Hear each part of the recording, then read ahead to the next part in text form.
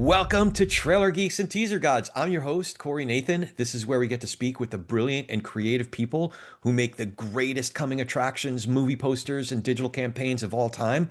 This program is brought to you by the Golden Trailer Awards and Audio Machine. Very grateful to those folks for helping us keep the lights on. Today, we are going back into the vault for one of my favorite conversations that we've had on the show. Chris Daniel is Senior Vice President of Global Creative Marketing at LionsGate. The road there started with washing dishes at a restaurant on one of the old studio lots, then running the Starbucks cart out front where he happened to meet a couple of producers who took an interest, taught him Avid from scratch, and pointed him toward a PA gig at Craig Murray Productions. And then he was off to the races in this crazy little business of ours. What follows is a masterclass in relationships.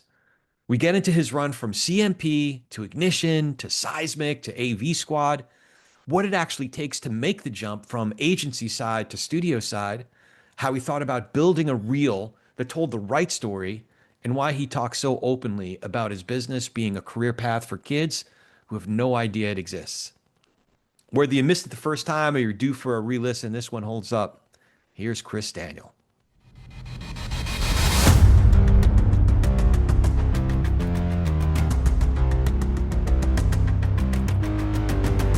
And I'm glad to be hanging out with Chris Daniel tonight. He is the Senior Vice President of Marketing at LionsGate. That's fucked up, by the way. Like, Senior Vice President of Marketing?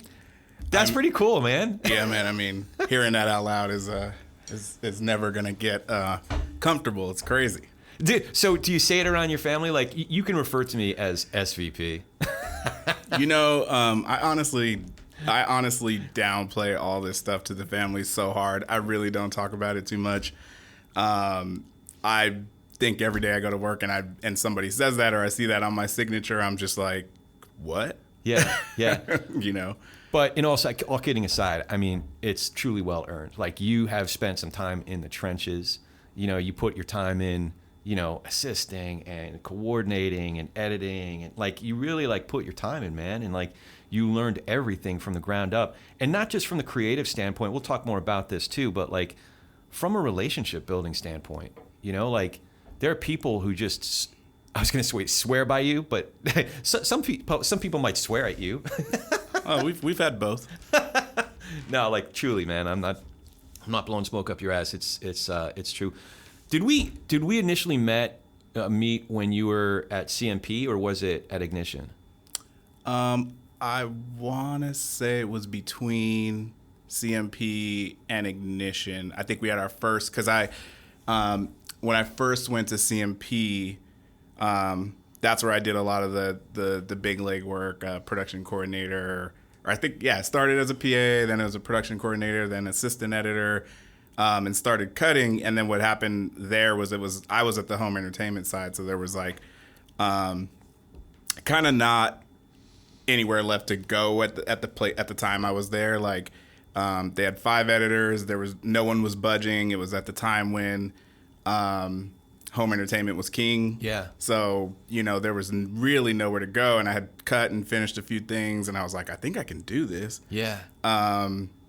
And no one was leaving from the main building at Craig Murray at the time either. So I was like, this is when I started to reach out and figure out. A couple people had given me the advice, like, I think you've hit the point where you might want to like try to move on, because I just, you're sort of hitting a wall here. So yeah, there were so many long timers. Now, how did you get CMP was your first gig, right? Yeah. And you're an Inland Empire kid.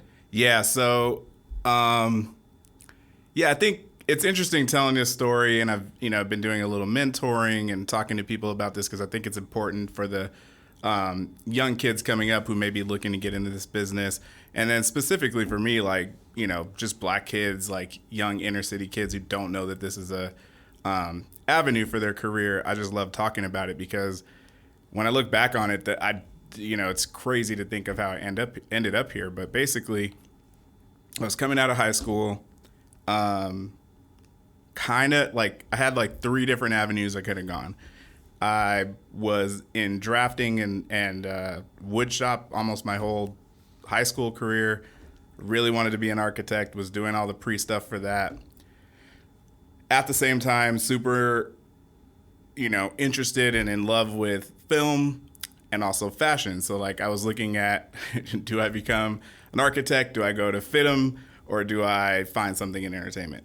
But at the same time, you know, I didn't come from a family that was, ready to pay my college tuition. So I was also thinking monetarily, like, do I want to go spend a ton of money and get into debt to go to college, or do I want to take a gap year, figure out what I really want to do, and then decide where to go from there?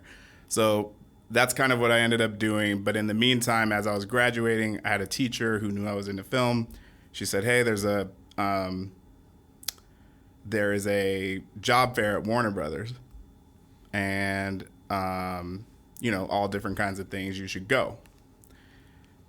It was probably like 30, 40 minutes from home, so I was like, I don't want to do this.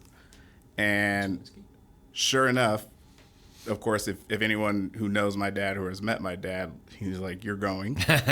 And there's no question about it. We had a couple of arguments about it. Anyway, long story short, I went. There wasn't anything sexy available, but I ended up working at Michigan J's, which is I don't know if it's still around, but it was the restaurant on the ranch lot, not the main lot, the ranch lot. There's always got to be a Michigan connection somehow with frickin' Murray. So I know, right? Even when it's not Michigan State, it's still somehow Michigan. Somehow still a part of the story. So I ended up literally taking I was washing dishes at this place, right? Yeah. So I was like, fuck it, it's a summer thing. I'm just going to see what happens. Long story short, I washed dishes for like 2 weeks before they needed someone to be on the Starbucks cart. Okay. So the restaurant had its own Starbucks cart that would open up in front of the restaurant, and everybody could come and get their coffees in the morning and blah, blah, blah. So I started doing that, and I'd say within like 4 to 5 months, I met Mary Castile. Oh. And who I don't believe is in the business anymore. Okay. And Chris Walter. Okay. They were a producing duo at WB Promo at the time. Right. And so I met them and hit it off with them. They came by every morning and they started asking, like, what do you want to do? What have you, there's all kinds of opportunity. And I said, well, I'm going to go back to college next year and try to figure it out. And they were like, well, if you ever want to come by, check out what we do, see what's up, see if it's something of interest to you, you should come by. So I did. And slowly but surely, I sort of developed a relationship with them. Chris took me under his wing, taught me how to use Avid. Oh, wow. Like straight up from scratch, didn't even know what an Avid was prior to that, right? But taught me how to use an Avid. And I, the whole time I'm like, why? I don't really understand why this happened or what, led them to take me under their wing. But as I learned Avid and learned how to deal with all of that, they gave me, little side projects at night, and he would ask me to try cutting a promo. He had shot a couple short films, and he would like show me how to bring in all the files and and learn how to digitize things. And then he would ask me to cut scenes or show me how to cut scenes and give me little projects overnight. And I just sort of started to pick it up. Yeah. And so, I think that went on, I kind of can't remember because it's over 20 years ago, but I kind of caught on to it. They gave me little projects. And then it turned out that as I started to show some promise, Mary was like, hey, my sister Kathy Kuchta, yeah, runs home entertainment at Craig Murray Productions, right? And she needs a PA. You should go interview. Yeah. And so she put in a word for me. I did the interview, and I was like, "Wait, is this how it's gonna happen? Is this like my entry into the whole thing?" Yeah. And so I ended up interviewing, getting the job. Super excited. I was like, "Yo, I got a foot in the door. Like, let's do this." So. So then I spent that time there, and I think I was there for maybe like 3 years in total. Yeah. Met a lot of really good friends that I'm still friends with today. But yeah, I worked through being a production assistant for about 6 months. Then I became a production coordinator, and then ultimately an assistant editor. And then during that time of being an assistant editor was, always like most assistant editors, you really want to cut, and that's all you can think about. And so I started cutting stuff, and I remember the very first thing I finished was something for, this is really dating myself, but was something for like Lilo and Stitch. Okay. So I finished a spot on Lilo and Stitch, and I was really excited. Then I finished a spot on The Incredibles. I think it was The Incredibles too. I can't remember. Because all they did was Disney at the time. Yeah. It was just like Disney powerhouse. So so I did all of that, and that's when I got to the point where I was like, I think I have potential in this. I think there's somewhere to go. I was cutting more and more stuff, but there just wasn't anywhere to go. And then that's when I I can't remember the site, but I ended up just kind of looking at finding, all the other trailer shops, looking around online, and No, I want to move back for a second. Yeah. So when you first started cutting stuff, were you submitting it to Kathy or other producers or other editors at CMP and just other editors? Yeah. Other editors. And I grew up there with some big names too. John Garrett was somebody who was a big mentor of mine from back in the day. Josh Lee Kwai was there. Oh man, that dude is a stud. Yep. Oh man, yeah, he had some stuff when he was there. Didn't he finish that Lone Ranger piece? Him and Ted Tobin were working together, right? Or was that later? I think that was later. But yeah, him and Ted. Yeah. Yep. They boomerang back.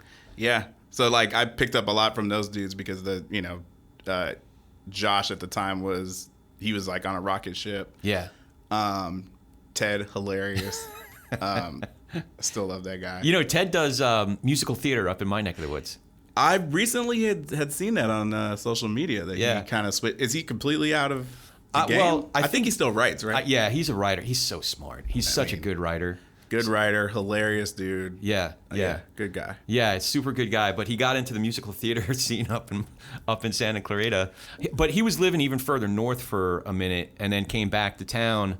But yeah, he it seems like he's doing really well. I gotta go to it's called the Canyon Theater Guild. Like if Ted directs it, I'll go see it. I don't. Oh, he's directing it? I think he directs stuff there. Does he act? I got the. No, he was acting. He was okay. acting, but he started directing. You know how he is, man. I know. Once he gets his foot planted somewhere, like he can do it. That's crazy. Yeah. Okay. So that's cool. So you had good mentorship there, and man, yeah, there were some talented people there. Yeah, it was. I mean, I felt extremely lucky, and I met some people that I've been friends with now for over 20 years, like Jonathan Heyman and Arturo Escobar, and who's at AB Squad now, and it was a good time. And do you remember ever getting feedback from anybody that just cut your soul? Oh God, yeah. You don't get to do this without that toll. Yeah. No, that stuff's hard. I remember. Let me see if I can think of a specific instance. Actually, Kathy herself. Kathy could be hard. Yeah. Kathy, she was tough. But I mean, I think all those experiences sort of. First of all, they were nothing in comparison to what I had in front of me after that. But like, it prepared me for the rest of that stuff. You know. Yeah. But yeah, there was and I think things have changed a lot, as you probably know, and that was at a time where people were a little bit more blunt. Yeah. A little more in your face. And it was just accepted that was how it was, and so it was tough. But I think I always look back on that with like really fond memory, because without that stuff, I don't think it would have carried me to the next level and prepared me for what was next. But yeah. I am so excited to share with you that Trailer Geeks and Teaser Gods is now brought to you by the Golden Trailer Awards. Having just celebrated a wonderful GTA 24, there are many exciting developments we'll be able to share over the next year, including a documentary about the trailer industry that Monica Brady and Evelyn Brady Waters are producing. They shared a little bit more about that when they came on the show a couple weeks ago. They're producing it, and there's plenty of other news about the World Trailer Awards and much more. I'm just thrilled to be collaborating with such wonderful people like Monica and Evie, and I'm grateful for their support in bringing this program to you. Just make sure to stay plugged in at goldentrailer.com for all these exciting developments. That's goldentrailer.com. And now, on to our show. Will you indulge me for a second? Yeah. I want to tell a quick story. So some folks know that I have this New York theater background. I was studying this conservatory. And one of my first teachers is this guy named Piero Dusa. He's from Italy. And he was just brutal. And all I wanted to do, I was at that age where all I wanted to do is I just wanted to I wanted to please the director. I wanted to please the master, And I forgot what role I was working on, but I poured my heart and my soul. It was, a Ted Talley play. I forgot the name of the play. Something on the beach. Anyway, I poured my heart and my soul into it, and I'm just like everything I had into it. And he was like a chain smoker. So scene ends, nothing. And all I hear is. And then he puts his cigarette upside down, like with the filter on the desk. And he's like, what the fuck was that? Was that acting you were doing? Oh my God. I'm looking at my cigarette. My cigarette is doing acting. This is fucking acting. Oh my God. What the fuck was that, man? He's like, I'm like, okay. I guess that wasn't good enough.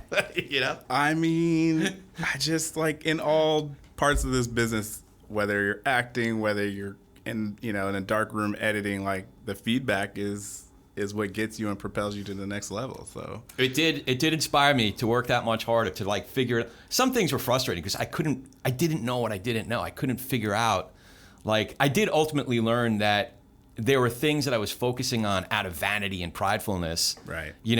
That I wanted it to look a certain way and be cool and look cool, as opposed to think through the soul of the character, however that might have looked. I might not have looked good, for my vanity's sake, but if it served the intention of the writer, that was the job. So I had to calibrate what my focus was, Same way that I guess an editor might get married to a certain cut, a really cool cut, but it doesn't serve the job, which is putting fannies in the seats, and it doesn't serve the piece, No. So I mean, I went through that in brutal fashion for quite a few years because I think, as much as I found a knack for it, I did realize a couple of years into it that I think I was I was definitely more style over substance, right? Or style over story. Yeah. Or at least that's what I was drawn to. And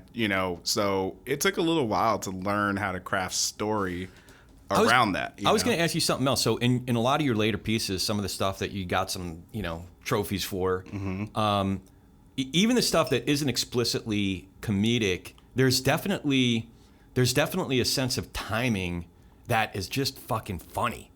Did you learn, is that something you learned in home entertainment, when you were at Kathy's place? I think so. I think a lot of it was being on all those Disney movies, and a lot of it is you're going to end something with a punctuation of a joke. Yeah. And so I think that helped to sort of set me up in a good place for that. But I think where that really came into focus was when I met Adam Mays at Ignition all those years later.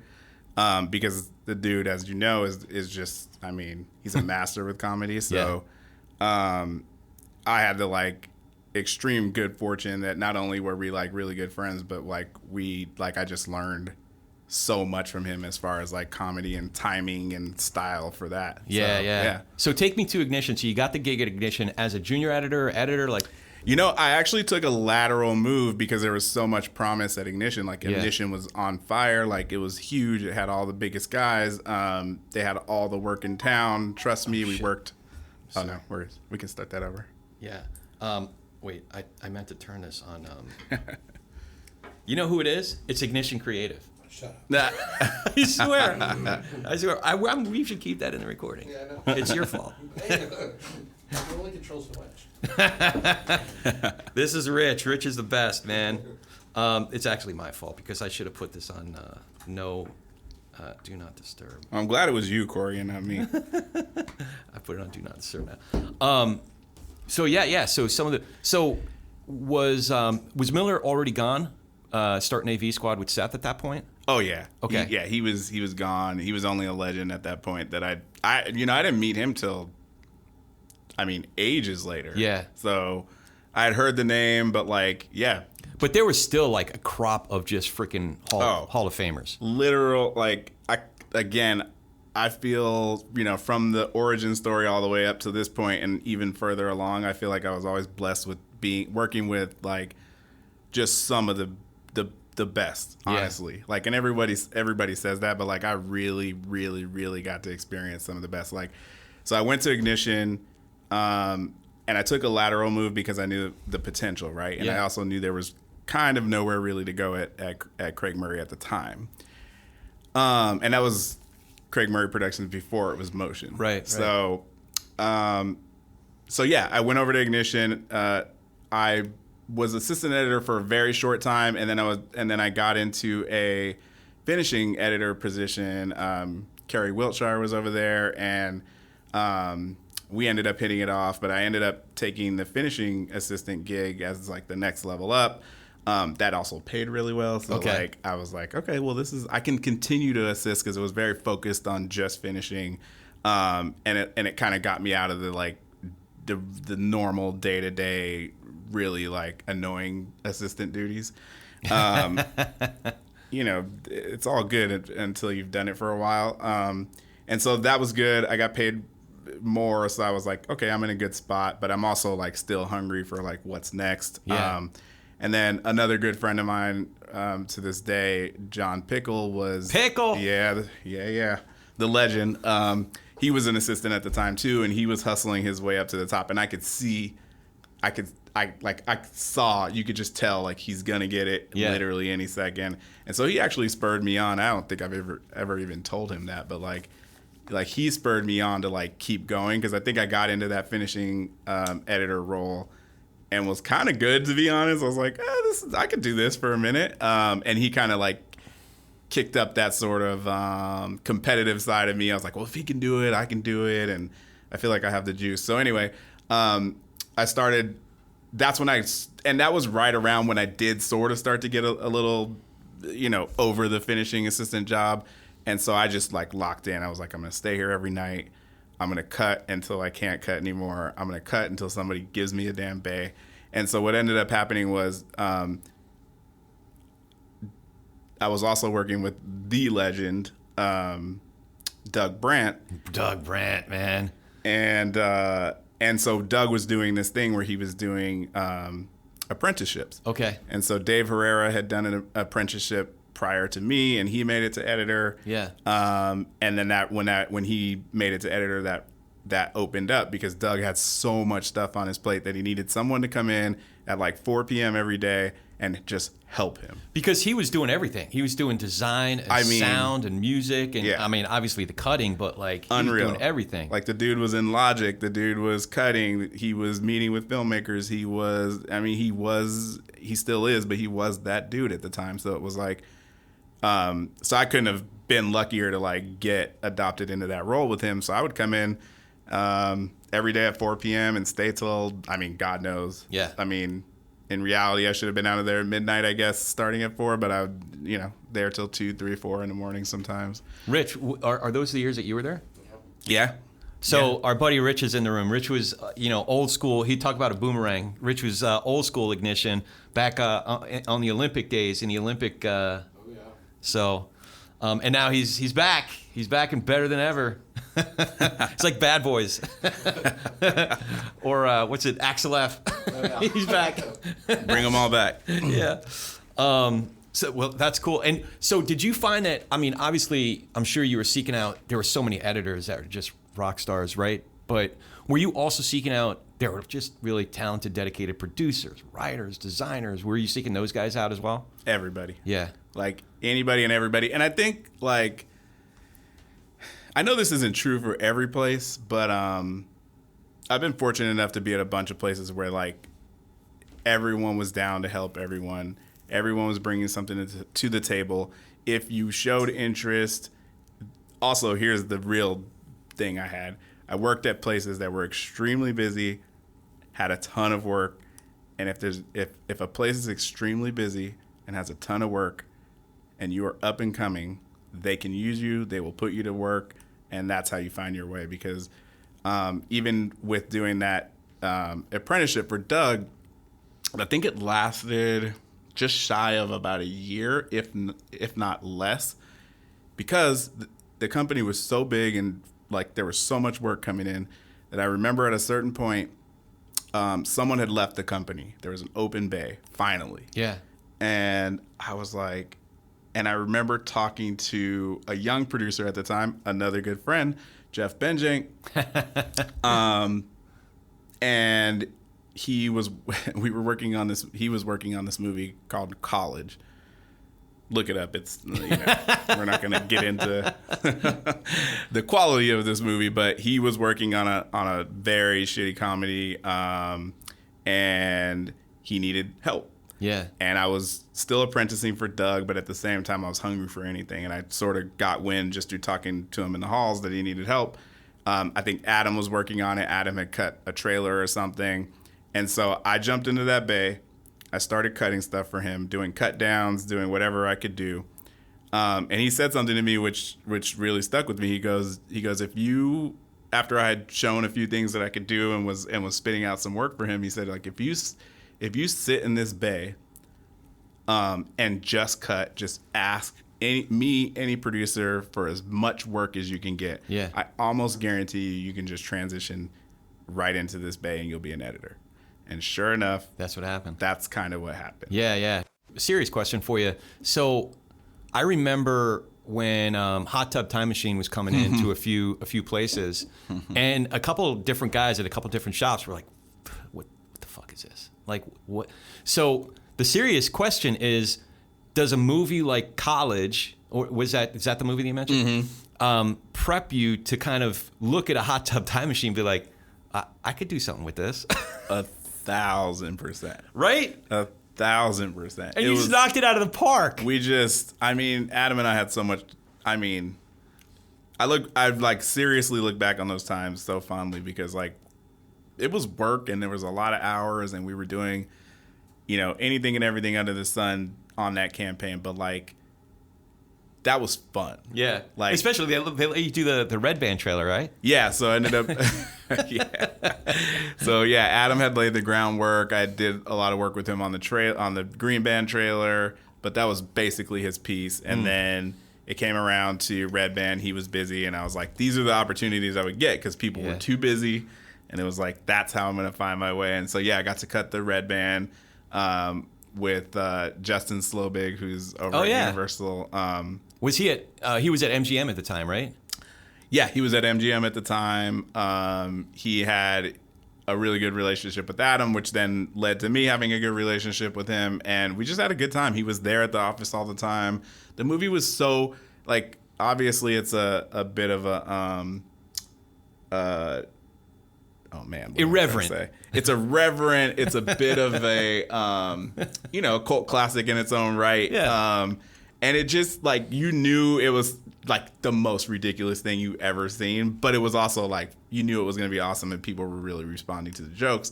So, I got to cut that with Adam's tutelage and then with Justin producing. And I won. I don't know if anybody out there knows what this is, but I won a Cutter Award, the first... Oh, the and only Tommy's, yeah. Yes. And that it took place on the night of Carmageddon. Did you remember Was that? it the same night? It was the same night because Eddie and my brother and I were coming from up north in Santa Clarita, and I think actually Kazadi, who's here now, because I think that might have been the time when Kazadi was living up there. Oh, that's crazy. But we were so looking forward to it because it was an editors award show done by, for, and among the editors. It's such a... So wait, did you make it to it or no? We did. Oh, you did? Okay. And I think it was, I shouldn't say that because golden trailers are, but like they're awesome. And, Clios have supported this program as well. But I just loved it. Tom Merchant did a lot of legwork putting that thing up. And Tommy's, Tommy Gagoda's concept. And they really pulled it off, man. It was just like a night of like people who just love the work, getting Yeah. together to celebrate the work. You know, Yeah. it was perfectly calibrated. It was wild. It was a wild, and that was like my first experience. I think, that was definitely it was like my first award show. And Tommy was doing that thing where it wasn't like, oh, you could just get up there and like say thanks. Yeah. He was like, you got to tell a story. Yeah. So everyone that and honestly, I was just there to sort of have fun and didn't think I'd win anything. And so when my name got called, because most people, I guess some people know this about me, but like, I'm not a big like public speaker, or the experience at Netflix prepared me for all that way later, but I was not ready. Yeah. And I just remember getting up there and blacking out. Have no idea what the hell I said. I think I told some story about how the real hero of that trailer was Adam for coming up with using the Nintendo sound effect after that joke in the trailer. But yeah, I just went up there and completely blacked out, but it was so much fun. And yeah, and it was a award show that was one and done. That did not come back. Oh man, I would. But I still have that trophy sitting in my office at home. So that's a relic, man. That's an actual relic. Yeah, because how many people can say they have a Cutter Award? Mm-hmm. You know, that's awesome. So I don't want to skip over too much, but I was curious, was it at AV Squad that you started making a transition to creative director?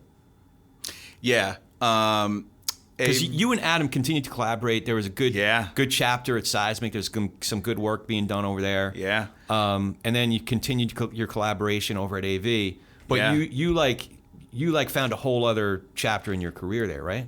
Yeah. I had a great ride at Ignition. I only mentioned a few of the greats there, but another one that I can't not say is Gertu. Of course. Worked next to him, and he was like, talk about hard feedback. Oh, man. Like, that dude just gives it to you real and like tells you what's up. And he's like one of the coolest people I've ever met. So he's like, so you respect it and you just roll with it. But he was one of the people that really set me up for like later success, because if you didn't feel like you were doing something cool enough for him, you were like, fuck, well, I don't even know what I'm doing then. Yeah. And so he definitely upped my game. But then I spent tons of years and times at Ignition. And then eventually, it got to the point where it was like I talked to older guys, and it was the same thing. It was like, hey, if you want to, you've got a good reel now, you've got some real stuff under your belt. And Martin, don't kill me, but Martin wasn't. At the time, Martin was like, I'm not gonna pay you more than this. You know what I mean? And so I would ask other guys like, well, what do you do in this case? And they're like, well, you've gotten to the point where now, like, when you grow up somewhere, no one is going to pay you what you may feel like you're worth, right? Right. And so now you got to move on. And that was scary as hell. But like, Adam had left Ignition, I think like maybe a year before that, and went to Seismic. And so he, when I started to get a little like, oh, I don't know what I'm going to do next. Obviously I spoke to him. We were still friends. And he brought me over to Seismic. That's where I met Kazadi. Oh, that's right. Yeah, that's right. So I remember, I was terrified to leave Ignition, because I was like, again, I'm falling into these roles. I'm like, who am I to think I can go somewhere else, right? Yeah. I can do all these other things. But I remember it was like so I was on the fence, and I went to dinner with Adam and Kazadi, and to meet Kazadi, because Adam and Kazadi at the time were kind of doing their own thing at Seismic and building a new chapter there. And so, I met Kazadi. We hit it off. We've been like really fucking close friends since. That's awesome. But so I went over there with them. We did a bunch of great stuff. And then, it got to a point where, there was sort of this opportunity to jump over to AV Squad that just sort of happened. So they convinced me to come over, and it was great. And so essentially, like, Adam sort of got to the end of his run at Seismic. And by this point, we're like really tight. So I'm like, oh man, my man's leaving. Like, what am I going to do? And then it turned out that Chad needed a couple people. Yeah. So I went and talked to Chad during this whole transition, and Chad was super down, and I mean, that place is another legendary place. I know I keep saying that, but who wouldn't want to work there? Right. And yeah, Chad was like, come on over. And that was kind of that. And that was like I think that was the real time for me. Like, so the thing about, I don't know if I've said this before, because Chad certainly got his props on this show, but like, he can look at a reel. He was looking at your reel, and it wasn't necessarily AV Squad stuff, because they were just working on different movies. Yeah. Seismic and AV Squad, their portfolio is just very, very different. Yep. But Chad's the kind of guy that can look at anything, and he can see the thinking in the cuts. You know what I mean? Yep. I remember him talking about, like, before you came over, talking about your work, and just a little behind the scenes, I did bend his ear about some of his favorite pieces that you've done, and a lot of them are like non-AV Squad stuff. It's the stuff that you did at Ignition and then at Seismic. So, some proper props to Ignition and Seismic for the work that you were able to do there. But yeah, I mean, props to him too for being able to see. I always refer to it as seeing the talent through the credits. Yeah. He might be looking for the guy that can handle, all the Paramount stuff. Yep. But he can still see if a guy's working on, even if you came from CMP working on that Disney home entertainment stuff, he was able to see that in certain reels. Yeah. Like if a guy had it, timing, music choices. Yep. Just the thinking. Yeah, there's no question, because I mean, that was one of my, when that opportunity arose and when I went to talk to him, I kept thinking, like, I don't really know if I have the stuff on my reel that's like AV Squad material, right? Exactly like what you're saying. So I'm forever grateful, but I was like, I don't know. I mean, I guess I'll talk to him. I don't know if he's gonna want, what I'm putting down. Yeah. But yeah, it was great. And it was, I mean, the best decision I could ever make. When did you really start learning sound and music? Because a lot of the pieces I was looking at, the first moment, like literally the first moment, there's either a piece of sound or some music that just brings you immediately into it. Yeah. I think, the Doug years were formative for that. But it took a while for that stuff to catch on, like, I would hear Doug or Gertu or any of those guys do something. I mean, Pickle was a master at it. Do that stuff, and I would try to emulate it. And I think in those early years, it was not easy. Like, you would think, I just got to grab this sound that sounds really cool and lay it down, and it's going to be cool. Like, it was not the case. Yeah. So I would try stuff, and I'd get one thing to be really cool, but then the rest of the spot would sort of fall apart or whatever. So I think it was cumulative of working with Doug for sure, because Doug was doing the Logic thing. I worked with Doug on when he was doing the Star Trek teaser and the Transformer teaser and all that kind of stuff. So I really got like a bird's eye view into what he was doing and how he was manipulating sound, and so I think those are the early parts of it. And then I really put it together at Seismic with Kazadi. Because Kazadi obviously is a master in that field. So I remember we were doing stuff on Wrath of the Titans and stuff like that. And I was really hyped on myself because, again, prior to that point, I had done a lot of comedy and some action for sure. I love cutting action. But I did get sort of put into that comedy loop. And I remember cutting on Wrath of the Titans and like The Dark Knight Rises and a couple other things with Kazadi at Seismic. And just... I think that sort of polished up what I needed in that department and sort of helped me get to that next level of how to play with sound and how to manipulate it and which sounds, which sonic pieces go together, because it's not as easy as just slapping that stuff down. And so that was a learning curve for me for sure. But and I'm so glad it happened that way, because I don't think if that wouldn't have happened, I would have never made the transition to AV Squad for sure. Right. Knowing what those guys were putting down. So, but as a side note, I'm really eager to see this next chapter of Ignition with Kazadi at the helm, because a lot of the folks here, Wayne is such a good leader, so full of heart. Having come up as an editor, he was able to work with all the creatives here a certain way. But Kazadi's a totally different cat. Mm-hmm.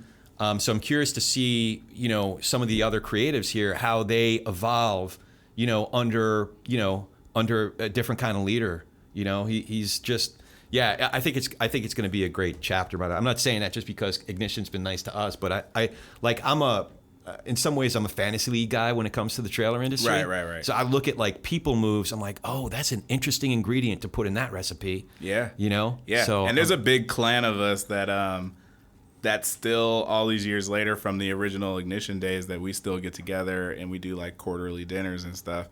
And Kazadi was one of the few guys that ever got like looped into that crew from outside, having not worked at Ignition in the past. So now when I remember when he was sort of telling me about the possibility of Ignition and then it became a thing, I was like, oh, finally, like now we have a complete crew. Everyone who we do this dinner with quarterly has now actually been a part of the Ignition crew. So I'm excited to see it too.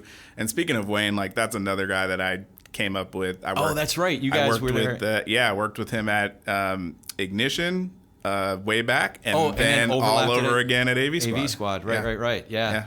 Thanks for inviting me to those Ignition dinners, but no, I'm just kidding. It's an exclusive club. Corey. Exclusive club. So tell me about was transitioning to creative director. Was it kind of a natural evolution? Yeah, it kind of happened. Speaking of Wayne, funny enough, it kind of happened starting there. We were working on, what was it? We were working on this movie called The Drop, which is James Gandolfini's, like, I think it was his last film before he died, and it was yeah. So that's right. Yeah. Wait, that was cool. Wait, is that the one you got? You did a 60 for that. I did a 2-minute trailer for that, and I'm pretty sure I got a couple awards for that one. I don't really remember what they were. I got so many awards. I just can't remember. Not even. But yeah, so that was actually so Wayne was producing that project, and we worked, me, Wayne, and Tommy Malatesta were on that project. It's still, I talk to Tommy about this all the time, where it's still one of the, it's one of my favorite things. It was a smaller movie, but it's one of my favorite things I've ever worked on. Me, Tommy, and Wayne had a great time. I don't remember exactly how it played out. I think at the end of it, Wayne was leaving AV Squad. To come back to Ignition. Yeah. And we were still like at the tail end of the campaign. So that was the start of me starting to take over some producing, because basically he had gotten it almost there, but they needed someone to just finish it out. And at that point I was doing basically the rest of the campaign. I think Tommy had moved on to something else. So I ended up producing the rest of the campaign, seeing that out. And then what happened after that was another good friend of mine, this is ridiculous, I feel like this is all I'm doing, but another good friend of mine, Nick Counter, who I worked with at Ignition, and he was over at Focus as a client at that time. Oh, right. And so after the Drop campaign, he had a couple things that he wanted me to cut on, so I cut the race trailer for him. Oh yeah. And I ended up just producing that on my own. Okay. I think midway through that project, I just sort of started producing that and produced the TV campaign. And so that was just a natural fit, because we were like the best of buddies, and and so I did race the campaign with him. And then he had, and then the first project that I like fully produced and didn't even cut on was The Darkest Hour, the Churchill. Yeah. So I have questions about all those pieces. Yeah, let's hear it. So first of all, The Drop is a very character-driven, dialogue-driven movie, kind of like raw in terms of cinematically, which is great. I'm a sucker for those movies. Yeah. But from a trailer perspective, it's almost like you have a lot of raw material that you could either completely sink or swim with. Yeah. So how did you must approach a movie like that very differently than something like Bright, which is like I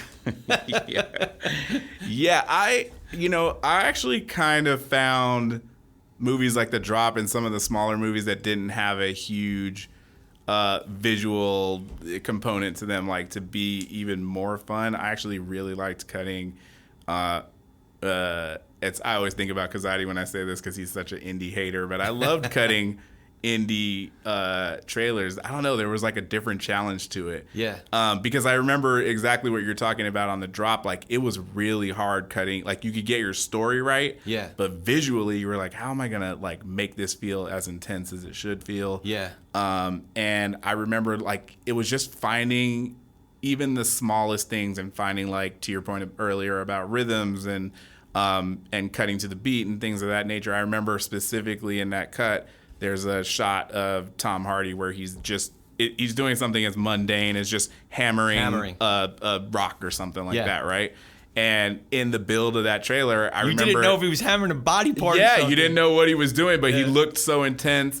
And I was able to get that to line up with the beats and the music. And I just remember being like, it was, as an editor, I know other editors will know this, like, it was one of those things where I was like, well, that's not moving. Like, that's staying right there. Like, that works so well. I know that piece is staying. But yeah, it was always a challenge with those kinds of movies where you didn't have, I mean, I grew up at Ignition working on Transformers where it was like, it was the opposite problem where there was too many shots and there was, and you had a plethora of things to work with. But I found those challenges on things like the drop to be way more fun, to be honest. Especially when you came out with a really cool piece. And then doing things with graphics, like it's everyone does it now and it's been happening for a while, but doing the, cutting, stepping on graphics, right? Like we did that in the trailer for that. And it was not brand new, but it was still early on for that. But yeah, like, had so much fun with that one. That's awesome. Yeah. Now, there are a couple movies that I would think the proclivity might be to defer to the subject matter. Race is a good example. The 13th, I should say, which is, it's hard because, like, number one, your job is still your job. You were saying before, like the mix of form and function, style and substance. Like, your job is still the job, which is to put fannies in the seats or get downloads in the case of the 13th. But I noticed that, okay, so very different movies and the approaches were very different. But I noticed with Race, you were able to build tension and give us some little rewards on the way. Like the part where he like breaks the record, like, you want me to do it again? Oh yeah, and then, but also build conflict too, where without giving away too much of the story. But the thing I noticed, and I if I remember correctly, I think you shared these two things in both Race and 13th, where you were able to contemporize it. And I was curious if the music choices, in particular in the back end of the trailer, like the last third or so of of each of the pieces I watched, if those music choices were yours, because that then I'm like, if I was being completely cynical, you could ask the question for a period piece, a biopic like Race, or a documentary with like heavy subject matter. Like, you could ask a question like, well, why is that important to me right now? And then the music somehow, like, I didn't overthink it. I just realized what it did for me kind of subconsciously. And then I thought about it afterwards, like, oh, it's the music that contemporized it for me. So is music often your choice, or kind of a collaboration, or? It goes, I think there's all different versions of it. On Race specifically, that one I think was a song, if I remember correctly, that was a song that was in a pool that I'm pretty sure Angel Mendoza had, Fucking another legend. Another legend. A ninja legend. Another ninja legend. But no, he, I remember that being in a pool, and based on the direction from Nick, it just felt right. And I think, if I remember correctly, I think I ended up running that track by Nick before I cut, because in that, when you're producing and or cutting for someone who you're friends with, the nice thing about it is, like, you don't have to do the formalities that you do with a client, right? Like you're a real client that you're not actually friends with. A real client. People are saying that about you right now. 100%. But like, he was definitely a real client. It's just that we had that connection, so I could easily just email him or text him a song or whatever. So I remember coming across that song and hit him up, and we were both just like, oh, that has the feeling that we're looking for here. Because not only does it feel contemporary, but the track by this guy Rory feels feels modern, but it also felt sort of the time in a weird way. Yeah. And so it just felt so nice. And for me, I know every editor is different, but like, I know some guys are all dialogue first and then they figure out music. Some guys are music first. I'm definitely music first. Okay. So I laid it down. I put like a, literally on date card and a couple cards just to feel how I could build it. Yeah. And I just remember thinking like, this is the track because it has all the nuance I need. It still has a good pace, but it's also making you feel like it really feels of the time. But then it had just it had a rap section, but it also felt like a soul song in some ways. So it was able to like bring you along for that ride. And I don't think, if I'm, Nick can correct me if I'm wrong, but I don't think that the music ever changed on that trailer the whole time we worked on it. But then, you asked about 13th. Yeah. Funny enough, on 13th, I had a Beyonce cue in that track. I had a Beyonce cue in that trailer to start with. Yeah. And we knew it was like shooting for the fence. We were like, I don't know what kind of money they have on a documentary, but I'm like, well, it's Ava DuVernay. Maybe there's some kind of connection. Maybe they can afford it. So we cut to a Beyonce track for a while, and eventually it got like once we sort of realized that we were going to get the trailer and they started reaching out about music costs, they were like, yeah, ha ha ha, like that's cute, but like find something cheaper. That's awesome. So that was like, pools and pools of music before we figured out that other track. That track ended up I'm Only Human ended up getting used a bunch after the 13th too, and like commercials and all kinds of other stuff. But yeah, we ended up finding that track, and it kind of, how I knew it was going to work was it like sort of, it wasn't Beyonce, don't get me wrong. Yeah. But it laid in really nicely and sort of almost fit the build of the trailer really well. So yeah, it was a nice save for sure. That's awesome. So the question I have about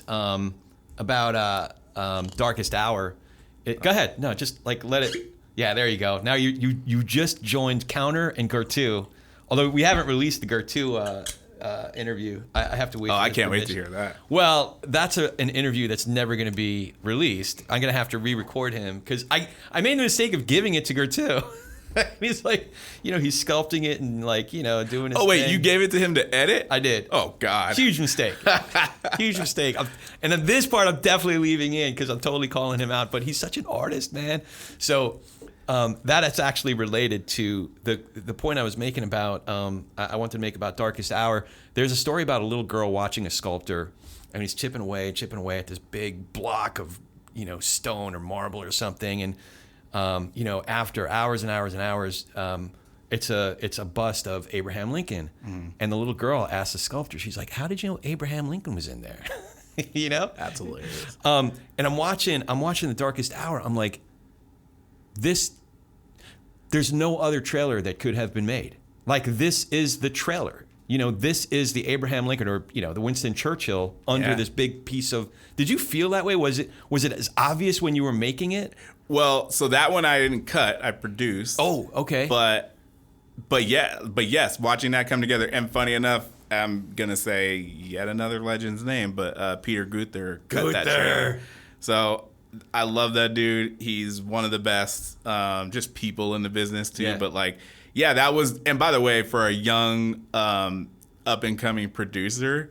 How intimidating is that, though? Oh my God, are you kidding me? Yeah. Like, we had Bays. Actually, he was in the Bay right next door to me, so we had become good friends. We had cut on a few things together, and I don't even remember how it all happened. But I think it was because I needed to produce it, but I was also cutting a bunch of other stuff, and I told Chad like I can't do this too, but I do want to produce it. Yeah. And I think Peter was available and also the right man for the job. Like, if you know Peter's resume, like it's literally right up his alley. Well, him and Kazadi worked together at Intralink. Uh-huh. So I'd be curious to talk to Kazadi about his experience because it seems like Peter had already been a guy, like been established by the time Kazadi was coming into his own. Man, I just aspire to be able to pull off the shirts that dude wears. Like I He's so out of my league. Yeah, he continues to be one of the coolest dudes around. He can pull anything off. Absolutely. But yeah, we had basically had a powwow about, Nick gave us good direction. We had a powwow about, what the sort of confines of what we were trying to do was. And Peter found that cue, which again speaks to, brings you back to how important the music of it all is, right? Yeah. So Peter found that cue. He runs it by me. And again, we're next door neighbors, so it's easy for us to just bounce stuff off of each other all day. And he shows me that cue, and I'm like, I think that's going to work like gangbusters. He cut a trailer. We chipped away at it, but the trailer was pretty amazing the first time I saw it. And then we continued to work that thing pretty hard because the filmmakers were, they had a very specific vision. So we went through a lot of different versions. I think we tried a few different music cues. We ultimately came back to the better version of the trailer after working it pretty far down the line, but we were happy with where we ended up landing at the end of it. But he and talk about another movie where it didn't fully have all the goods you would hope for something like that. So all the World War II stuff, it was a lower budget film, so it just didn't have the big effect shots like if Michael Bay made this movie, right? Yeah. So, we had to work around a very limited amount of VFX shots and wide shots, and there was really a lot of Gary Oldman just screaming and in the best way. The speeches were amazing. But that one was a process and it was a journey, and Nick had a lot to deal with on the filmmaker's side, and but we ended up in a really great place. It's still one of my favorite pieces I've ever had a part in. So one of the coolest things in talking through this story, your own story, is we know where you are now. I was kind of giving you shit earlier about the whole SVP thing, but this story starts with you washing dishes. Yeah, straight up. I know it's maybe kind of corny, but it's the truth. It's the truth. Yeah. It's the truth. And you make a friend on the lot, and you follow. Somebody offers you an opportunity. You follow the trail where it leads, and sometimes you follow a trail where it leads, and it comes to a dead end, and maybe there's another one. You follow that, and now we're at the chapter in the story where I was wondering how you got on the radar of you had Netflix that was your first client gig, right? Yeah. So there were some Ignition alumni there at that time, right? Yeah, I mean, the story of me going to for anyone who knows me, good friends in the business, I was never the guy. Never. I never wanted it. In fact, I thought it was the worst thing that there could ever be. And now it's the worst thing that could ever be. Yeah, and now all my suspicions are confirmed. But no, I was the guy who was I just want to be left alone. I just want to cut cool shit in a dark room and just have people leave me the fuck alone. And I'm having a good time.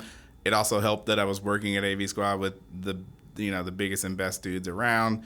So there was just no reason, none whatsoever, for me to want to leave. But one of the Ignition alums, Spencer Kaplan, had moved on to Netflix a couple of years, prior to me going. And he had the first thing that he was working on the films initiative for Netflix was Bright, which was their first big movie, starring Will Smith. I think everyone knows that. Yeah. But so I forget exactly how it happened, but I ended up working on the trailer for that.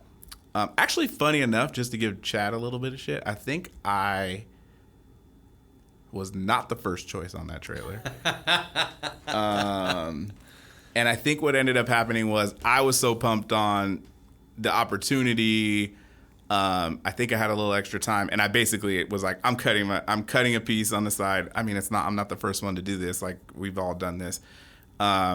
And I just cut a piece, and for whatever reason, my piece ended up sort of just it went for a long time, but I got some traction with it. Spencer really loved it, and it just sort of worked down the line and ended up becoming that first trailer for that movie. So I already had a good relationship with Spencer, but I think through that process, I can't speak for him, but for whatever reason, he had his eye on me. So he, at some time after that trailer came out, he sort of hit me up. This is at the same time that I'm going into escrow on a house. Oh. So I'm stressed to the max because I'm like, cool, everything I've worked for up to this point, I guess I'm just going to hand it over and buy this house and we'll see what happens.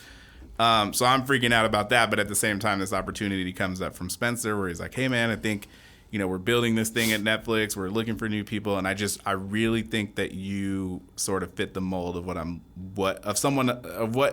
looking for to build my team, right? Yeah. You have the experience. I think you could bring a lot to that. I know there's a lot of other aspects of this side of the gig that like you're gonna have to learn or figure out or whatever. But I think the basis of it you have. You should come over here. And I was like, no thanks. I was like, that is not for me. Like I'm flattered. That's cool.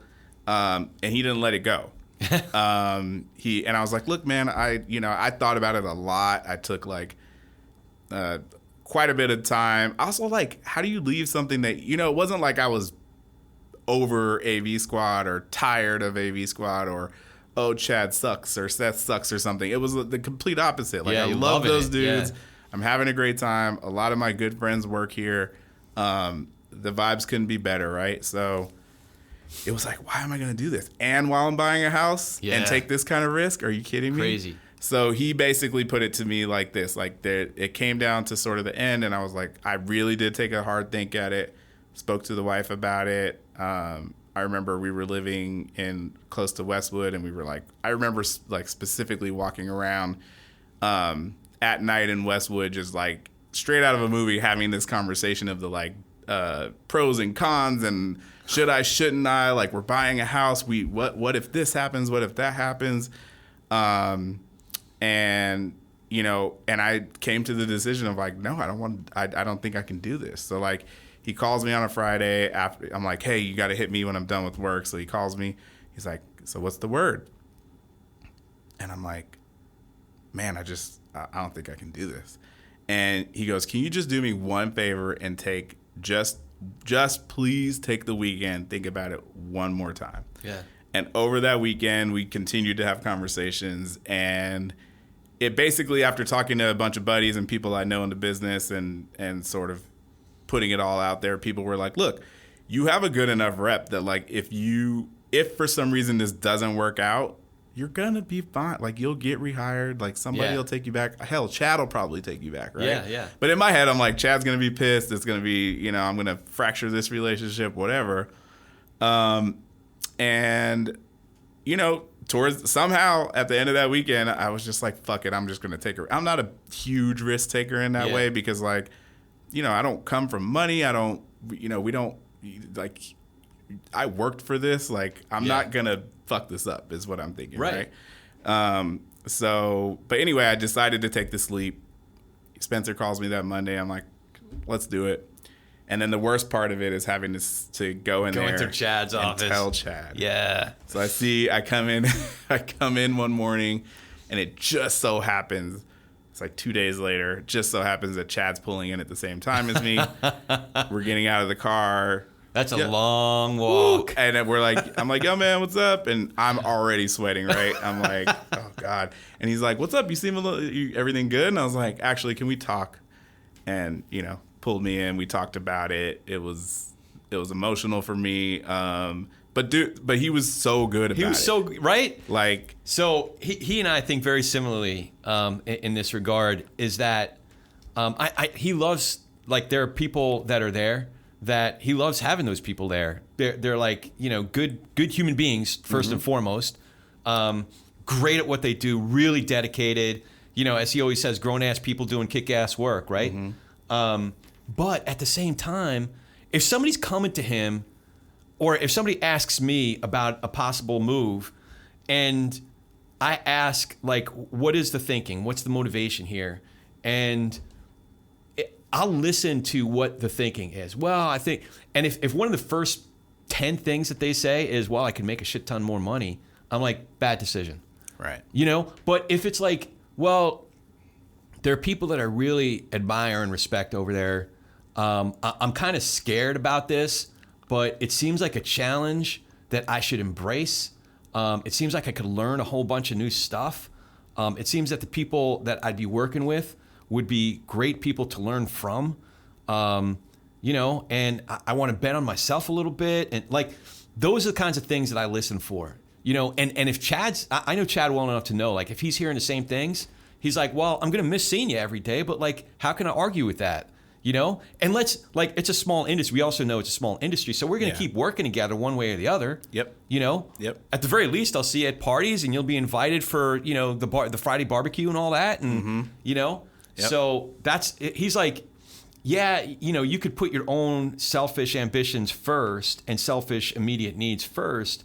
But if you're a people person and you care about the people that are among you, like, you can look at something objectively and say, this would be good for this person. Yeah. You know, that's the filter I know that Chad looks it through, and a bunch of other people too. It's not just Chad. It's like there's a bunch of good people in this industry that look at it that way. Yeah, you know? For sure. So, as terrified as I was going in, that's exactly sort of what he came around to. Like, it was a gut punch at first, and then it was like, no, I see how this could be a path for you. And it was weird because in my head I was like, even though I've accepted and said I'm going to do this thing, I still don't know if this is the right path for me, right? Right. But it was like taking myself out of being comfortable, and I don't mean comfortable as in like I was just cruising there, because like I think the level of talent at AV Squad at that time, and even still to this day, you couldn't just be comfortable. Like, you were always challenged. But now I was like, okay, I'm going to step outside of this zone and take a job doing something that, you know, I'm only really like 30% prepared for, because I have the 30% of it, which is I know trailers and I know marketing, right? But like, I had no idea what I was in for the next phase. So I mean, listen, we've already been doing this for about an hour, so I could talk a lot about like the job of a creative executive versus creative director, editor, producer, all that. One thing I am curious about is how different it is working for a really, you know, arguably the biggest streamer versus going to a studio, you know, and the people that you're working for, some of my favorite people, frankly, Carrie and Adam and all those guys at LionsGate. But in a lot of ways, they bring, it's an independent studio, but because of the people there, they bring like an old school kind of sensibility, an old school studio sensibility to it. Mm-hmm. How different are those? How different has that experience been for you? Vastly. You know, but the one thing I always say about this, and I'll go into a little more detail, but it's, you know, having made the transition and being at LionsGate now for a year from Netflix, they're just two sort of completely different animals. Like, the base of what you're doing and the objective of what you're trying to do is still the same, but they just operate, to your point, completely different. And so, you know, going over to Netflix, at least in the early days for me, was really tough, because it really felt like I went from being in a dark room cutting and working through my creative stuff on my own and with maybe one or two producers in the room, and then I, you know, walk into Netflix into a Gladiator conference room and have to speak about myself and sort of put a bit of a performance on, which for me felt very like, I don't know, it was terrifying, if I'm being honest, right? Yeah. Because that just wasn't me, and a lot of the people that were there and still are there are sort of cut from that cloth and ready for that, and that's part of what they do and had come up in that arena, whereas like I did not come up in that arena anywhere near close to that. So, but it was a huge learning experience. Like, I know for sure, without having had that experience, there's no chance I could be doing what I'm doing with Carrie and Adam at LionsGate now. Like, not a chance. But yeah, like, I think operationally there's a lot of differences. I think day to day there's a lot of differences. Like, you know, there was a lot of focus on what a streamer is compared to what a legacy studio might be, right? Streamers have been sort of finding their way over the last few years. Obviously, they've... Excuse me. Well, but obviously they have... We're keeping that in, by the way. No, you're not. Just a little bourbon, folks. But no, there's just a completely different operation and a completely different set of metrics and goals, honestly. Yeah. So, no matter what, a studio is asses in seats, ticket sales, right? But by the way, I do have to point out that between you and me and Rich is the only one who's bothering to put his whiskey glass down very, very carefully so as not to make any noise. He's like so unimposing. The one who's man. not talking. It's going to be a lot of thuds in my audio. It's all good. It adds to the ambiance. It's like the music. It's like the score that we're creating. Yeah. Doug Brandt would be very proud of us. Yeah, right? A little sound design. So it's but I learned how to be in a room full of filmmakers. That's the biggest thing, because Netflix, even though it was a tech heavy sort of, I do feel like there was a big tech aspect to it, and the goals were slightly different. But what really it helped me do was to learn how to be in a room with filmmakers, how to sell something. Oh wow! Wow! Yeah, that is the real thing that I learned there, which is there's some people there that are literal wizards of how to operate in a room, even if you don't exactly know what you're talking about. Yeah. Even if you're fudging it a little bit, and let's face it, we're all fudging it at times in our careers. But that was what it was. It I remember one of my early first projects was a Spike Lee movie, and I was terrified because not only is this dude an icon, someone I look up to, I love his movies, and I remember well, you're the lead on this title, so you're gonna lead this meeting with Spike Lee tomorrow, and I'm literally freaking out, panic attack before the meeting, and went in there and everything was fine, but it was terrifying.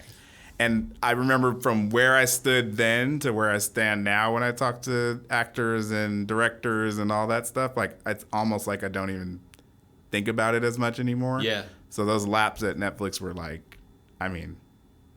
huge for me. So I think about the people that you're working with. We mentioned Carrie and Adam. Mm-hmm. Adam has his roots in mini majors. He started at Trimark, worked his way up the ranks, from basically a junior at Universal, worked all the way up to co-chairman, and then built a mini major studio from scratch, before going over to Lionsgate a minute ago. But a guy like that has the experience and can totally empathize with that experience, with the nervousness of going into your first meeting with a legendary filmmaker, and I'm sitting here from the outside looking in, and objectively, I know that he's smart enough not to put you in a situation that you can't handle. Right. Same thing with Carrie. Carrie, coming up through Universal, having that experience at Warner Brothers, also being able to resonate with you from her time at an agency. Yeah. Carrie Moore, she would not put you in a situation where she was setting you up to fail. Not a chance. So that's got to be cool working with, and all the other people. There's some good people over at Lionsgate now. So you got good support, good people to lean on, good people to learn from. Yep. So that's got to be really cool. Yeah, the learning never ends either. It's every day, every week, every meeting, every film, there's something new to be learned, and ways to get better at what you're doing and how to communicate and all those other things. So I got 3 kids all together. The 2 boys are still in the house, and when they were little, the older of the 2 boys, the middle kid, just turned 21 yesterday, and when he was little, he would wake up every day and he'd be like, "It's a day, baby. What are we gonna do today?" Mm-hmm. And in some ways, he's still that same way. He's he embraces the day, and it's every day is an adventure. The other kid wakes up. He's like, "Oh my God, it's another day. So many things can go wrong." Mm-hmm. I am both at the same time. So I guess we all face some of those some of that excitement, some of that anticipation, as well as all that nervousness. But every day presents an opportunity, and I guess it's all, I guess as Yogi Berra said, like 90% of the game is mental and the other half is in your head.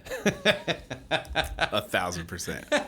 1,000%. I think that's the biggest thing I've learned in this whole journey since even starting Netflix is how much of it, to your point, is 1,000% in your head. You can go over things a million times. You can think it's going to go the worst it could ever go. And then you show up and you show the fuck up and you just do it. Show the fuck up. Yeah. Yeah. Yeah. So much of success is just showing up on time. You show up because at that point you're like, well, it's either I'm going to do this or I'm done here. Yeah. So, and I'm always going to take the first option. Yeah. Yeah. I do feel compelled to ask you, like we've all been through a lot over the last 3 or 4 years, and depending on your own experience, different people experience it a different way, and certain things resonate them or hit them harder. How have you experienced it? How have you gotten through these last 4 or 5 years? It may sound corny, but it's definitely the wife. Karen's held me down. I would say that, we're sort of cut from the same cloth, and, we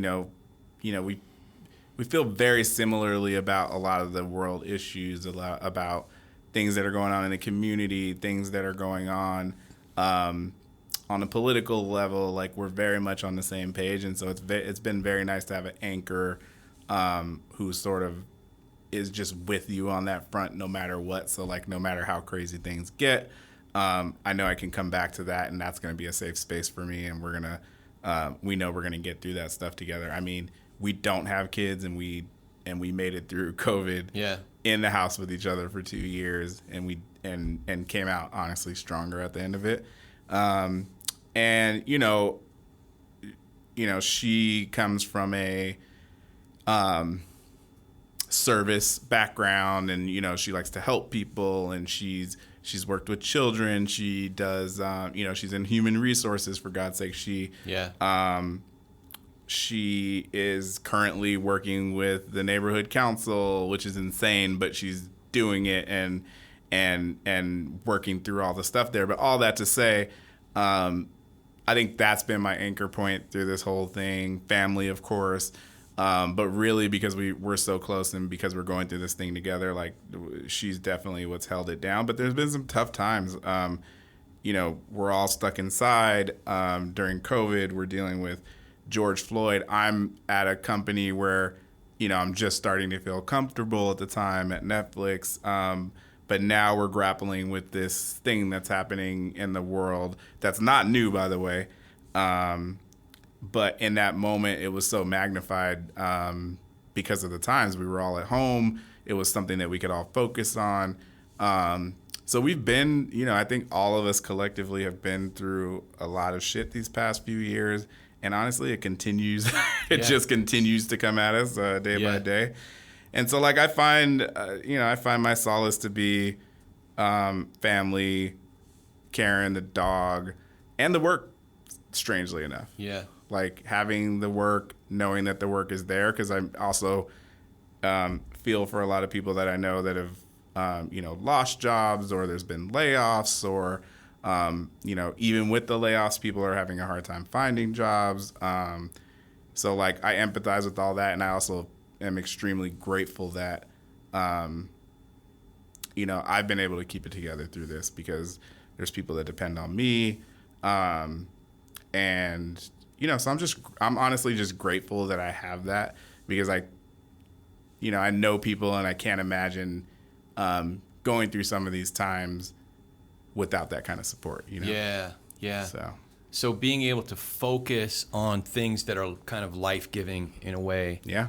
Because it's too easy, and a lot of the algorithms are kind of built in such a way that we, our attention is kind of trained or redirected onto those things that anger us or make us scared or things like that. So in a way, it sounds like, it takes discipline, and you have some moorings in your life that keep you focused on, the virtues, the virtuous things. Yeah, and to, just honestly to sort of just remember how lucky you are too, in your individual position, because it's always worse for someone else somewhere else. Yeah. You know. Yeah.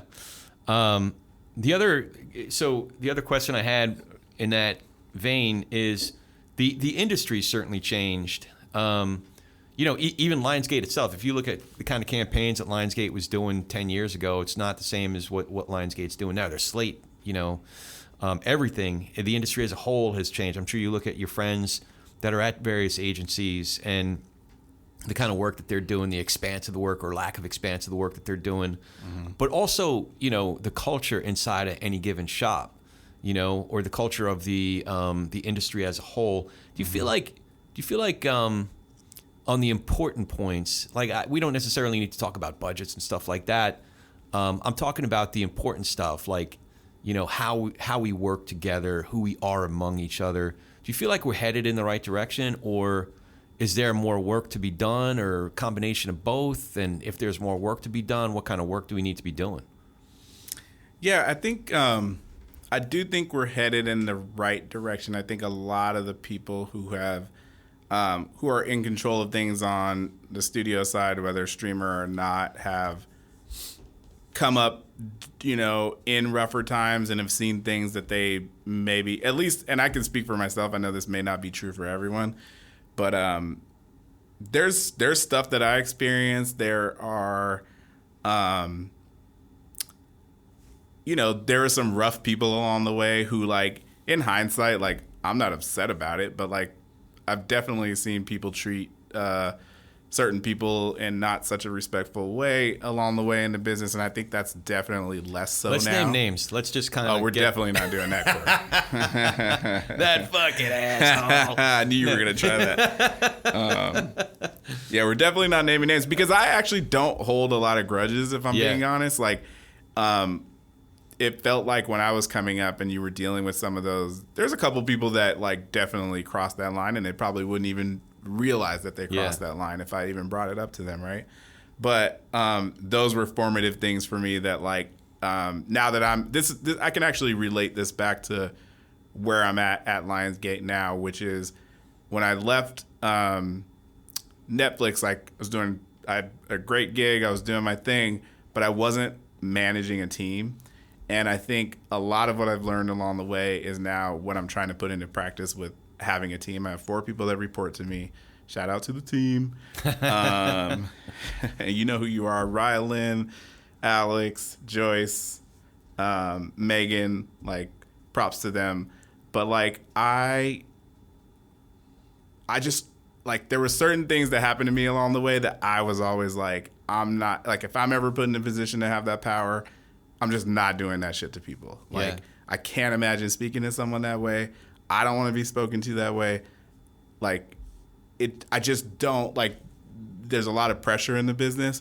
There's a lot of money on the line. There are deadlines. There are meetings. There are times when I need to show something under pressure, but it still doesn't mean that I need to be a dick about it to anyone else about it. And I think if it's all about how you present yourself, and having a clear, sort of path of what you're trying to do and communicating that to whoever's working for you so that you can get the best product because I know what it's like to look at someone and be like, damn, you could have done that way different, because I'm still going to do the work, and I still would have done the work even if you weren't a dick just now. Yeah. And it doesn't mean that, like, we all have a down moment. We all can get caught by the pressure, and maybe not have a great moment with someone, but I've definitely experienced some wild stuff from some wild people along the way, and I just always, like, thought to myself, like, I don't want to be that.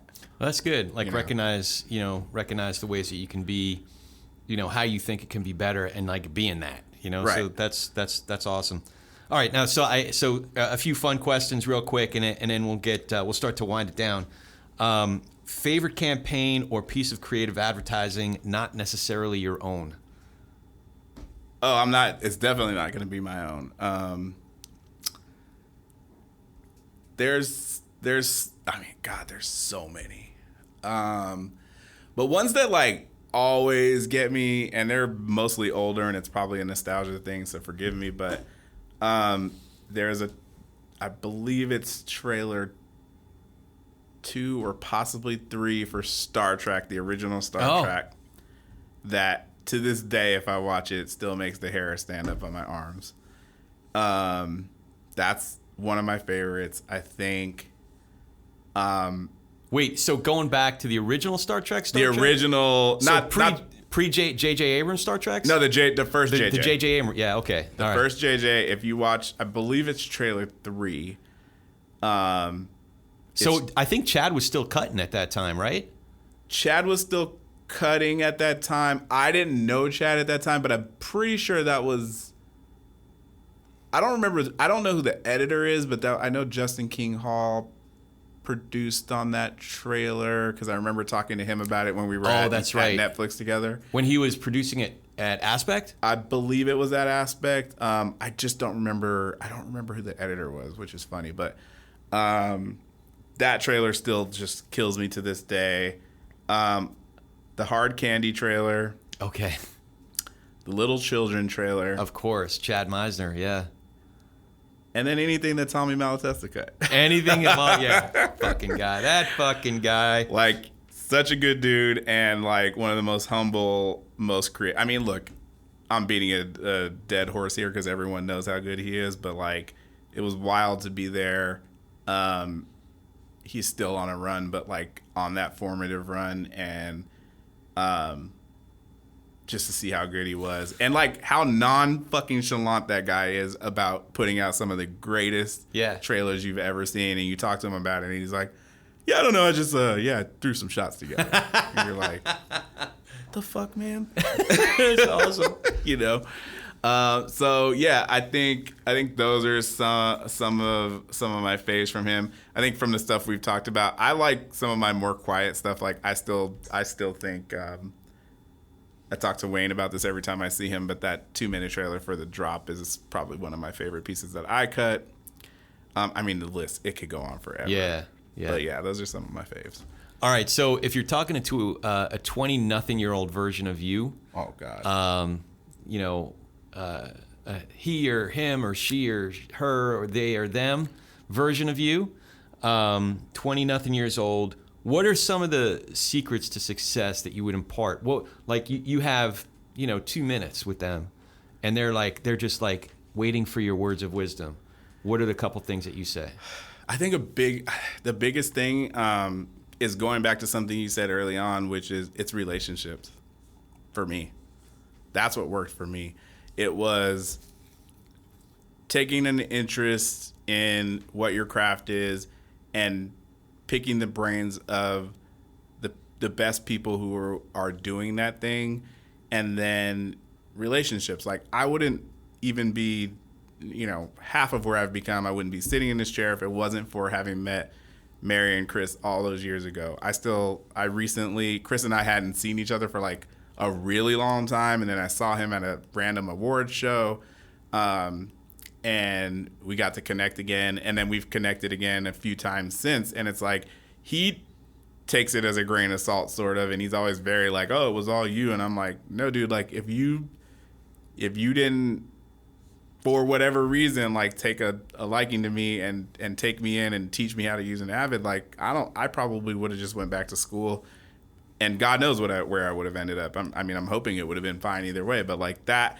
Those are the relationships I think about that like have gotten me where I'm at right now. Like, and the Chads and all these people that I've mentioned like have contributed immensely to my career path and to where I've gotten to today. So like I can't do anything but be grateful for that. So that's what I would tell a 20-something who's on the same path is like make good relationships.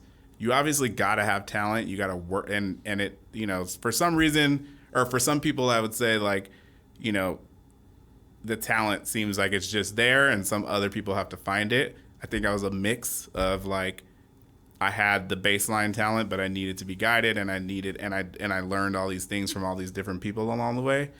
But, when it comes down to it, it's the relationships, making sure that you're bringing something to the table for the people that, have a hand in getting you to wherever that next piece in your career is, and then giving that back when you have success. Yeah. Yeah, no, and that shows up in your story as I'm listening to you. That definitely shows up. Like, you are seeking out good people who are excellent at what they do and wanting to be around them. But then also, like, you can't necessarily control how brilliant you are, talented you are. You can control showing up, though. You can control Definitely what you're can. bringing to the party every single day. Yeah. You know, and then the people who you're seeking out that are excellent, that are good people, if you're just showing up and showing the effort, like that pays off dividends. You don't get around people who are great at what they do in order to pay off dividends necessarily, but it pays off naturally. It's like, I don't know, that maybe that's a whole other podcast that we'll do. But yeah, I hear what you're saying, man. It does pay off, and I think one other way too that it's taken a while, and it's funny, like, you become a client, you know all these people, and you have all these resources and all these people you know that are amazing at what they do, right? And the one thing that I would assume other clients would say too is that knowing that many people and that many talented, bright people, it's hard to work with all of those people. But that's been the part, as far as paying it back, that's been really nice, is like, I've been able to work with Gertu, I've been able to work with Nick, I've been able to work on both sides of this thing, right? So I think that's sort of a way to repay, especially as you mentioned earlier, in a time where it's tough out there. Yeah. And budgets are shrinking, and there's not enough work for everyone, and whatever. Like, I know that I have a big enough roster of very talented people that I can that are not just colleagues but also friends that I can work with. You know. That's awesome. Yeah. All right, last question before we start to wrap it down. Do you have any questions for me? So one is going to be slightly self-serving. Oh, there are multiple questions? Hold on. We'll see. But yeah, I'm curious, and I'm curious what it's been like for you, because I think, you know, especially probably around when I first met you, it was probably like, what was it like navigating the intricacies of doing what you did, which is essentially finding talent and bringing them to different, different shop owners, and how did you navigate that? Because it's a little tricky, I'm assuming you would have a little insight on that. But I always wondered, even when I was talking to you back in the day, and then as other people I know who were placed by you, like, how did you navigate that, and what is one bumpy story that you'd be willing to share on? That's interesting. I've made a ton of mistakes, but I will say that since the beginning of my career, I always paid attention to a couple of really important things. One, who was I representing? Like, I never represented everybody in the industry, and to this day, like, that. There are a lot of good companies with good people that I would have a conversation with, but I can't represent them. I have my own sort of qualifications, or basically it's like, even at the height of my career in terms of the volume of placements that I was doing, I had certain things that I was looking for in companies, because I did not want to lose sleep over knowing that I was placing people at companies that I wouldn't want to work at. Yep. So, I mean, I'm oversimplifying it, but like, I would look for companies that were getting great work, getting great projects, doing great work on those projects, and where the people are generally happy. Right. And you could tell that, like, as soon as you walked into a space, I might have talked about this before, but it's almost like a mist that you walk into, or a pall that you have to kind of, that overcomes, like the thickness of a space, that you're like, holy shit, what the fuck is going on here, Yep. But then other people, AV Squad's a great example, Bond, is a great example, where you walk in and it's like this mist of like refreshness of like, and sometimes it is just like actually seeing how people interact in the hall or in the little kitchen. Sometimes you're sitting in a bay and seeing how people collaborate with each other. Sometimes you're catching somebody on the other side of it, like, screaming at, some underling, and you're like, oh, okay, yeah, I can't place anybody here.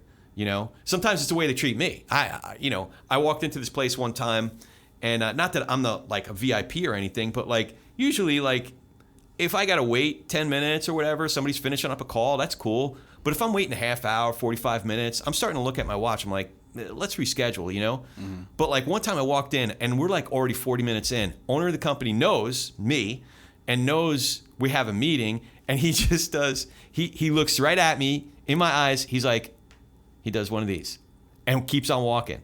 And like, it was all like, he basically, you guys don't see it, but he basically, you know, gave one of those head nods to me and just kept on walking. And I'm like, I just had to breathe. I had to take 3 deep breaths, and I walked right over to the lady who was working the front desk, and I was like, I'm gonna go. Yeah. You know, that was not a place I was going to be able to represent. You know, so that was one thing. The other thing was, I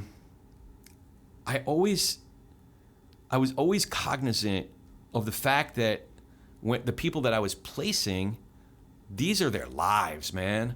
Like, these are their lives. You know, so I take a lot of pride in some of the great hookups, like, you know, Tommy when he was like a nothing, cutting like, you know, home entertainment, freaking international, like the stuff back in the day. Like, he had no reel. Or Chad had no freaking reel when him and Seth met. Right. You know, but like, so I take a lot of pride in some of those great hookups. But like, every single person I sit down with that to this day, and early in my career, like I'm cognizant of the fact that they're human beings, and they're going to spend a majority of their waking hours working with the people that I'm making a recommendation to, you know? So if that's the case, like, it's not to say I've never made a mistake. I've made a ton of mistakes. And it's not to say that I haven't placed people that it didn't work out. There have been a few that just didn't, it wasn't the right mix. It wasn't the right match, you know? Yep. But like, I could still look at the person that I placed and still look at the people that I worked with on the company side and be like, this is why we did it. You know, this is the thinking. And not only that, I'd get called into the, you know, to the whooping shed by people who I wasn't working with. Bob Farina, and I'd love to have Bob on this show. God bless him. But when Bob was running Cimarron, he was like the scariest dude in the industry. Right. You know? And the first time I met him, he took me, they were in that big building on Santa Monica right near La Brea, I think. Oh, yeah. And they had this like speakeasy place behind a hidden door, and he brought me there. And I'm looking at the wooden planks, and I'm like, "Holy shit! This dude's gonna kill me and bury me in the wood," you know. But like with Bob, I was able to look him in the eye. Like, first of all, I never broke somebody out of a contract, and I went a step beyond. And I was like, and the people like Alan Tamine was there forever, one of the most brilliant trailer editors in the history of the business. Right. He was like, yeah, Corey, I'm really happy here. So I never saw it as my job to convince him otherwise, even though I had a certain opinion about Cimarron, you know, but still, like, I was able to look Bob in the eye when we finally had a chance to meet and be like, this is the way I approached it. And I think, you know, there's a lot of people who had a very strong opinion about what I did and maybe even about me personally, but, you know, as long as I could hold my head up, you know, knowing that I had a certain ethic by which I was trying to go about it. And if I did make a mistake or an error in judgment, if I could own up to that, you know, then, you know, I don't know. That's the way I sleep at night. And the good that we've done, I look around at the companies that have come together based on, like, Ron Moeller, he fucking hated me when I ripped Chad Miller from, you know, early when they transitioned from Harley's House to Ignition. That's right. Chad was there during Harley's House. That's right. Yep. But look at what they created together. By that introduction of Chad and Seth, look at what they created together. Right. You know? Right. There are so many instances like that we made magic together. Yeah. You know? So I take a lot of pride in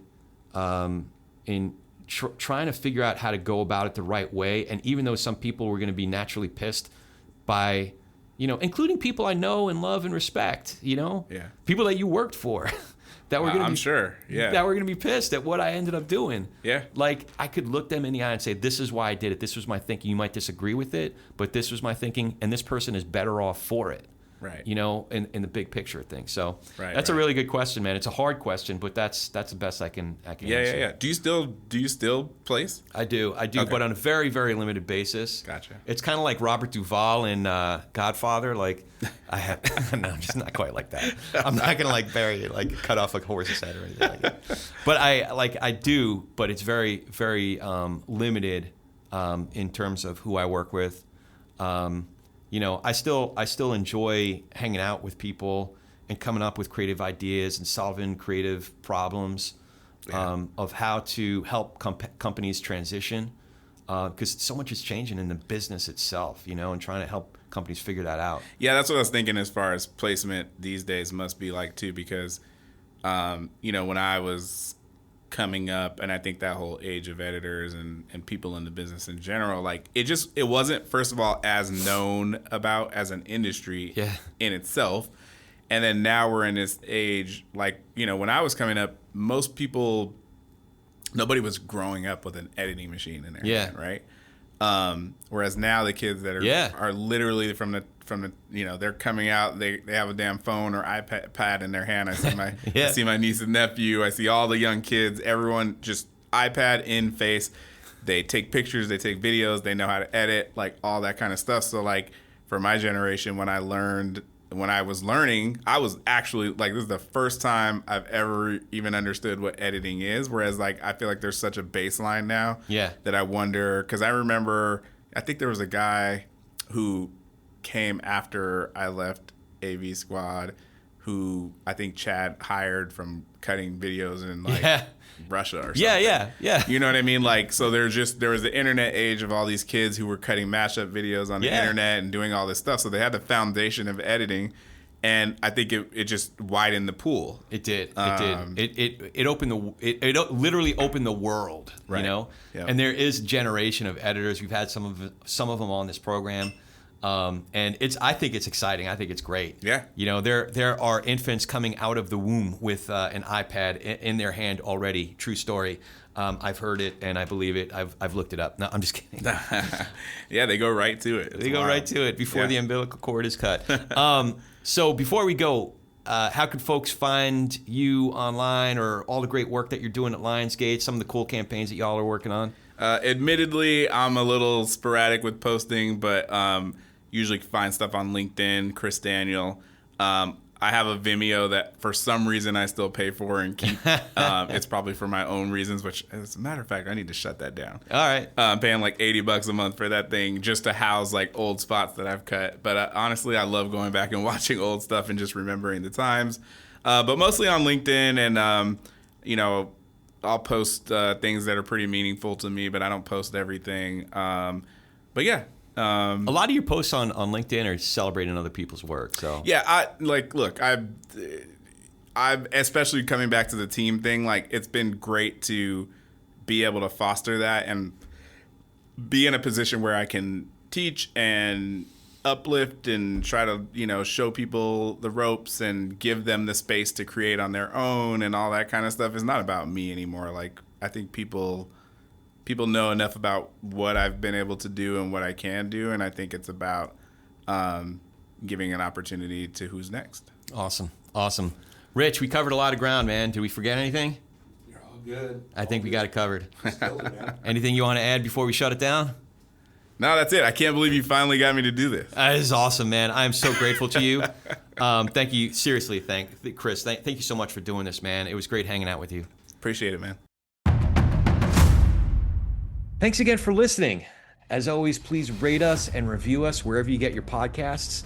It really helps us in the rankings. And follow us on all the socials. I'm at Corey S. Nathan, Corey, S as in Sam, Nathan, Corey S. Nathan.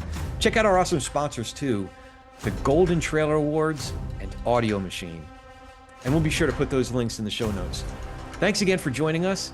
Now go do some inspired work.